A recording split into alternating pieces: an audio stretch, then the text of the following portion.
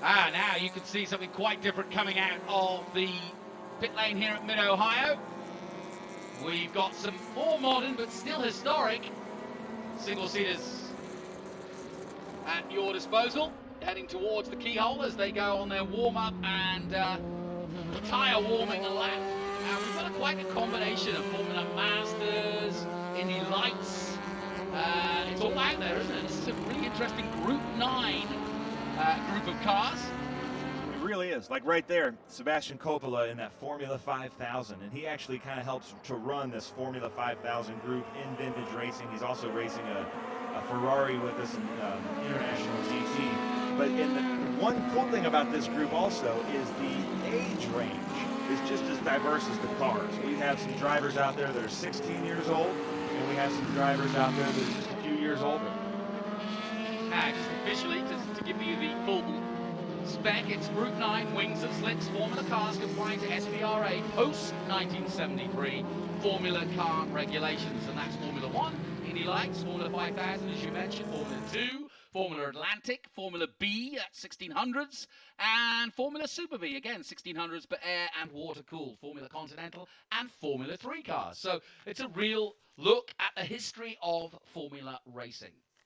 And it's interesting that Formula 1, Formula 2, and Formula 3 now still exist in their modern iterations. Of course, Formula 2 went away for a while, but back in the 50s and 60s, Formula 2, in fact, the Formula 1 drivers used to drive both of a weekend, Formula 2 and Formula 1 cars, and sometimes different weekends. So you'd see someone like John Surtees, race several different cars, or a Sterling Moss or whatever, over a period of a year.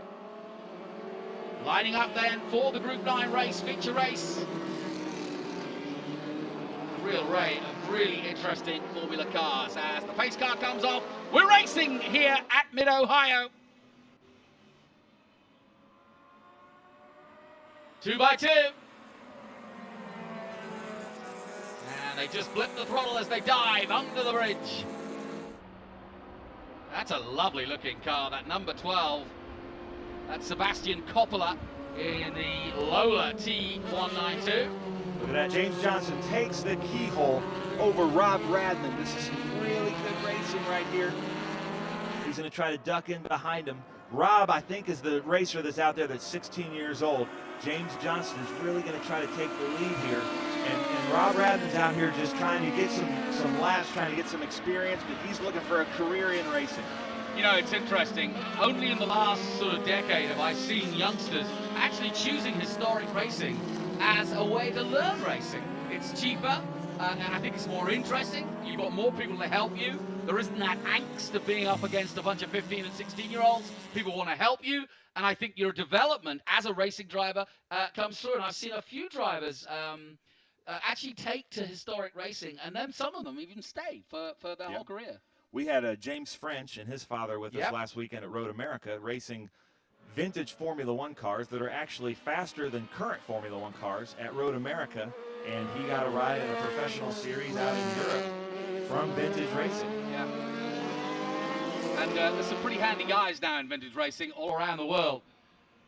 And the beauty of it, like you said, is these guys that are now racing with Rob, they're willing to help him. They're not competitors. They are maybe on the track, but off the track, all they want to do is help him. But there's my favorite right there, Tom Fralick in that March Super V. And Tom has had some problems. He's back there in the black number 10. He broke a stub axle this weekend, and then his mechanic, Dan and Tom, worked last night to put a new head in. A screw came off their butterfly and went into the engine. They had to take the head off. So he's had a go of it, but I love that car, and I have to give a shout out to Maryland. If we get a close-up of that car, the paint scheme and the font of the numbers, I just love the look of it, and Maryland designed the car. You know, it's interesting looking at that second-place Pro Master car, the red Rob Radman car. You wouldn't look at it and say, oh, that's an historic car. It looks very modern, and it is pretty modern. But now that Mazda are no longer part of the road to Indy officially, it's probably going to go up in word and be more of an interesting car, given that it's not now in a modern iteration. Yeah.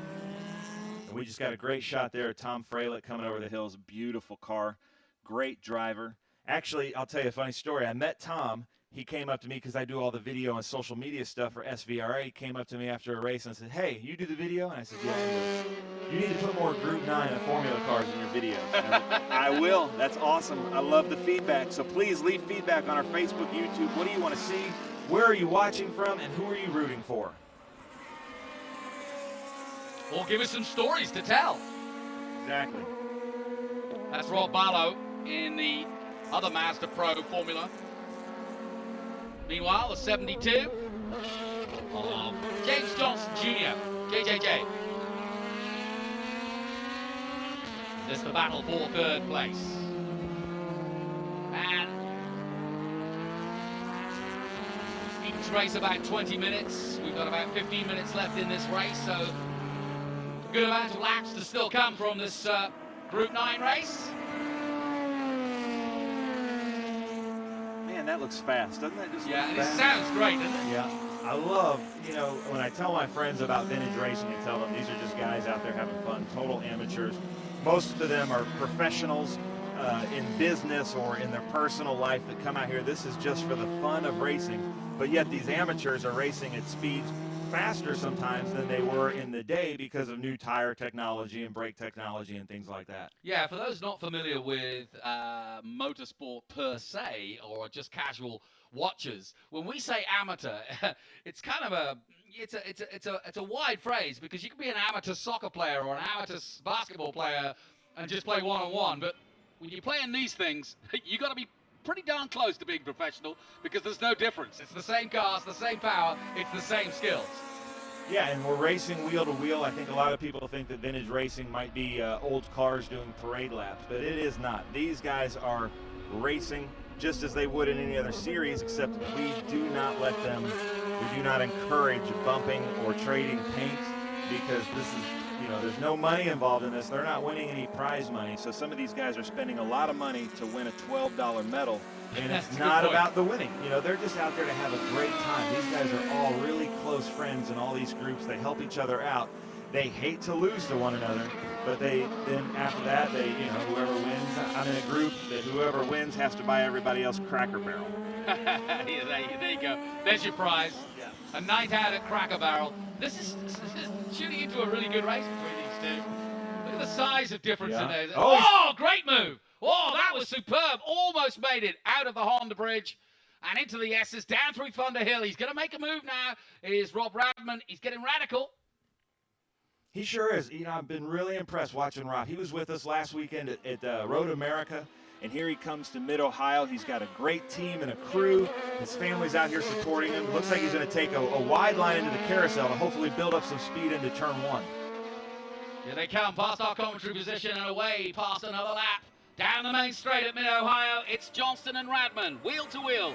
Third place isn't even in the picture, 9 seconds behind. And will he pop out now? We zoom in, but still nothing. There we come. Here's the battle for third place. The other Johnstons. So we got 3 Johnstons right now, and Rob Radman's the only thing keeping them from a podium, a full Johnston podium. Yes, that would be pretty instant. Johnston and Johnson. And there we go. There's my favorite right there, Tom Freilich in the Super V from Key West, Florida to Mid-Ohio. That's quite a trek. Thank you, Tom and Marilyn, for making the trek and helping out our show here at Mid-Ohio Sports Car Course. 5th in the 9F3 class overall, and currently 6th overall of the race. Coming through, shot in 6th place. I like the look of that too, the number 45 of Alan Matrat in the Super V. I do like that car, I must admit.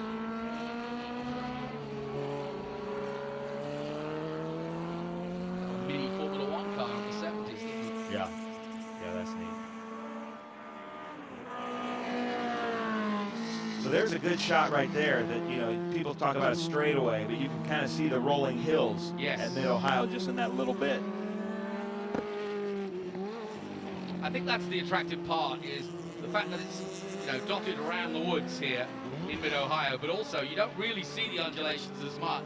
But that's what makes it such a good viewing track, is that you can see all the hills are built up round, so everybody's got a good vantage point. I went around the track yesterday, just around the inside of the track, to get some view, but it's all banked all the way along here, and you can see really good views everywhere you go.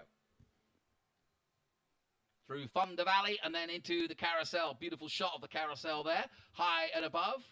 And then just to the right of that is the main paddock, and you can see how far it stretches out into the fields. Look at this fight for first. I know, it's really good raging fight for first with James Johnston out front. I don't think Rob Radman's gotten by him technically yet. He's gotten beside him. I think Rob is just kind of biding his time, waiting for something to happen. Looks like he tried to duck inside here. But this is just good racing. Rob has really good car control right now. He's putting the car wherever he wants. I think just trying to fill up Johnston. He's going to go for it again. And nice. He's done it this time, has he? Wow, what a great pass by Rob Radman. Well, he tried it earlier and he didn't quite pull it off, but I think he's done it this time. And that was a fantastic move up the hill through the S's and out of the Honda bridge to take the lead. Fantastic stuff by Radman. Yeah, as we watch Brett Johnson and James Johnston Jr. Now Rob Radman, there he is in the front. And now James Johnston is now looking for his opportunity to make this new driver of Rob Radman make a mistake. I think Johnston's quicker in a straight line, but as you saw through the twisty S's, that Radman's able to just dive there and get on the torque earlier. Yeah. And maybe that's just the more lighter, nimble car. Yeah, now but let's see if now he we gets got a into the draft. keyhole. Yeah, so let's have a look. Johnston not close enough this time into the keyhole. He looks down the inside. Oh, he does! Oh, that was superb. So, classic racing here.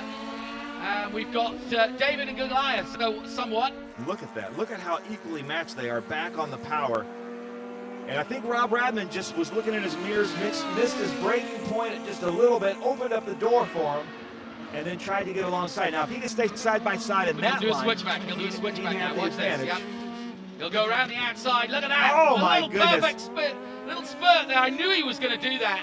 You could see he was lining himself up. He went to the outside, didn't try to go around the outside, and then did the switchback, got along the power early. Nicely done to take the lead again. Now, can Johnston come back at him? He needs this Thunder Valley straight to get back on level turns into the carousel, get good drive out of the carousel, and back into turn one again. But look, already Radman pulling away down Thunder Hill. Thunder Valley. He's getting a pretty big lead right now, but I think James Johnston is trying to just kind of build himself back up, collect himself a little bit, because that was quite a hairy lap just then, and he's going to try to make that move going down into turn 4. I don't think he's close enough yet to try to make anything at keyhole unless Radman I don't know, you say that. Point. Last time out he made it stick, and at keyhole again as they come, he's getting a little bit of a draft. He's going to try and pop out to the inside as he did last time. Is he going to do it? Yes! So he's got the making of him, but if he holds the line, and then Radman will try and come back at him at 4. Back to the battle for third. That's just as good, you know. And that is battle between Brett Johnson and James Johnston Jr. Johnstons are making up a third of this race group right now, so we really appreciate the Johnstons for coming out in the red and white livery cars to really give a great show. Turn 4 now. Last time he got round the outside. He's not going to get it this time. He looks to the inside this time, but he's not going to get all the way around the outside. He has to switch back. Over under. And now does he get... No, he's trying a different move. He went on the inside last time, but this time through the S's, he's learned a little bit, has Johnston. And now holds the lead again. What a great battle this has been. Yeah, great drone footage here down through Thunder Valley with these two cars. James Johnston in the lead just over Rob Radman, but I think now they've changed the lead 4 or 5 times throughout this race as we come to the kind of the late stages of this race. And I'm wondering about Rob Radman's, he takes a really late apex to set him up for this left-hander, and I wonder if he's seeing that that's being an advantage because, you know, obviously James Johnston in the lead is going to take that defensive line, so Rob Radman's trying to take a faster line. Yeah, and Radman will be almost looking 3 corners ahead, Rob Radman, because he's now setting himself up for the keyhole. He won't make an attempt there, he's not close enough, but he will try to get round the outside for a switchback at turn 4 as he did earlier in the race. It's the drive out of this corner here that makes all the difference. He's just got to stay with Johnston, who's got the more powerful car. Back to the battle for third. Look at this. Brett Johnson has the lead right now over James Johnston Jr. But James ducks right back behind him, but they're having a great race, just like in vintage racing. Yeah. There's great racing throughout the field, and I'm so happy that the camera guys and the directors are picking that up because it's making for a great show today at Mid-Ohio. Yeah, and these identical Pro Mazda cars are having a really good fun time out there.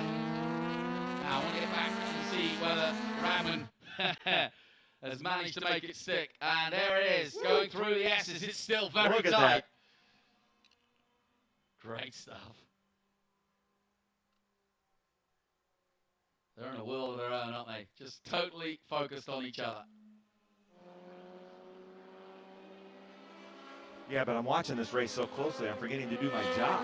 You know, I'm watching it, like, biting my fingernails. You know, I know both of these gentlemen. I'm rooting for both of them just to have a great race. When they get close, I get concerned. We don't want to see any kind of incidents or wheel-to-wheel contact in here, not just for vintage racing, but also just for their health and well-being, and so that they can be racing with us more, because they're putting on such a great show here for the crowd in Mid-Ohio. About 3 laps to go here, and a timing of just over 4 minutes around the outside of the keyhole. He's going to take a late apex maybe, try to do an over-under. No, he's just setting himself up to get as close to the back of Johnston as they go into 4 as he can. And this is where he loses out. He's not going to draft him. And that battle for the 3rd place has kind of dissipated somewhat, as Brett Johnston pulling away now from the 72 of James Johnston Jr. And he's got himself, what, 3 car lengths now as they head towards the keyhole. Lifts the throttle down through the gearbox. 2nd, now up to 3rd on the exit. And then flat out down the back straight. Through the gearbox and into that very fast left-hander, Robert below. 5th overall in the number 38 Pro Formula Master car. That's a good-looking car. Yep. I like these Formula Mazda cars. That's a rough area. Coming out of the keyhole there, you can notice all the different divots out there. You can see where the grading of the track has taken place. And as the track wears in throughout the weekend, some of these turns get rougher and rougher. Now they're coming up on lap traffic for the lead here. Yeah, this is where it's going to get interesting. In fact, Johnston's done a good job of pulling away from the 2nd place man, but will the traffic make any difference, I wonder? Not this time. I keep watching this, Jonathan, and looking, is this a DRS zone? Can he open up a spoiler here? That doesn't exist in vintage racing yet. No, not yet. It's going to be a few years before we get DRS, and I don't think they'll instigate it there. I think it's too much trouble. Ooh, and this lap traffic is right where Rob Rabin doesn't want it to be, but he graciously gives that back. Thank you very much. Nice job, Michael Hummel. Just noticing the crowd there at the back. We're getting a really good crowd here this afternoon. Coming up, it's going to be a big afternoon, I think, of racing. Just getting past 11:30 in the morning. I think it's afternoon already. We've been here for a few hours already. Yeah, time flies when you're having fun, right? Exactly. And I want to thank the Mid-Ohio crowd. They only had about 4 days' notice to come out today once Governor DeWine opened it up for spectators with social distancing. So this is a bigger crowd than we expected. But Mid-Ohio always has the best crowds. There's such a great culture here. Look at this, Tom Fralick's coming under threat now by the number 45 of Alan Matrot. This is going to be a good race right here into the keyhole. Yeah, this is the battle for 6th place. It is a close, good one. Into the keyhole they come. Up to the inside of the 45. Gets a little swirly, but he gets it. Just needs to hold it tight. Yeah, nicely done. And through goes the number 45 of Alan Matrot. And I think that was a good move by Tom, noticing that he just has better brakes, a newer car, a little bit faster. But loses out of the straight. Gives him the corner, but then Tom's got the power, because that thing's called a Super V for a reason. Yeah, he really did blow by him again, didn't he? Now, under braking again, this is where he'll catch up. Number 45, the all black and gold. Another good battle just behind them. Oh, no, that's the leaders. That's the leaders right there. So the leaders are coming up on fast lap traffic. And, in these different classes of racing, it gets kind of hairy. And then here's the other Johnstons. Well, and interesting enough, have they announced all the places? No, it is Brett. No, it's still Brett Johnston leading James Johnston, yeah. For 3rd. James Johnston Jr. James Johnston is currently in the lead. I declare Johnston the winner. Could be a Johnston podium, 2 of the 3. You're Jones and me. Or Johnston and me. Okay, Blue flag out. Last lap board is also out. Last lap, there's our leaders coming up on fast lap traffic. And let's see how they sort this out as James Johnston is coming up on Tom Fralick. Tom Fralick's just running his line in vintage racing. You are supposed to run your line, and it's up to the person passing to make a good move and a safe move to pass. Now, can Radman get on equal terms? He might be able to get a draft here, you know.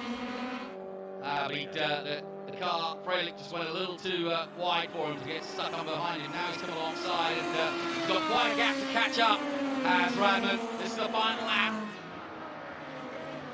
It's the Swift 014 Atlantic leading the way. There it is, the 73A of James Johnson up against Rob Radman in the Mazda Pro Mazda. And I just don't think he's close enough. That's where he made one of his overtakes. And like you say, several different leaders, but both of these two, I should say, have led several different times. But it's been mostly about James Johnson. And as they come through Thunder Valley for the last time, I think he's got this. You can see the gap. Some 5 car lengths before they come towards the carousel. And as long as he doesn't make a mistake here, he's got this. You know, I got to say, knowing vintage racers, even if you're coming in second place there, with such a great race like that, that was such a victory that there was no contact, a clean race side by side, and I bet you Rob Radman is just as happy about that race as James Johnston because they just had the time of their lives out there.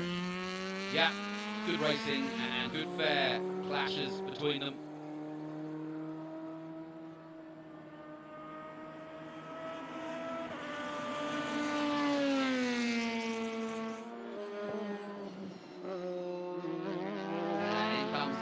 That's James Johnson Jr. as they finish off their battle for third place.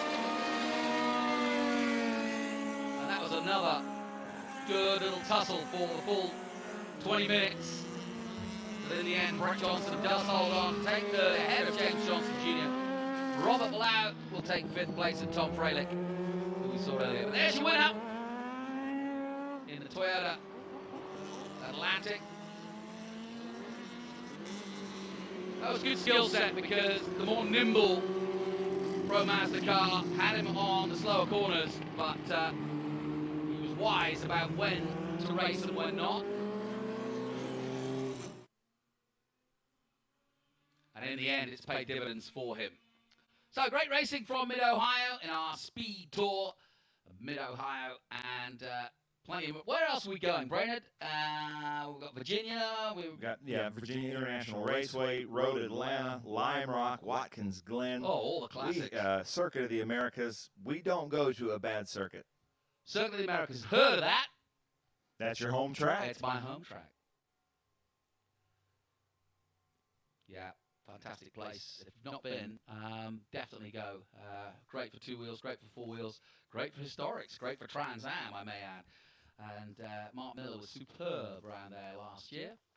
So we look high above Mid-Ohio. We're between Columbus and Cleveland, just a few miles away from Mansfield, Ohio. So that concludes our Group 9 race. We'll be back with more action from Mid-Ohio in a few minutes.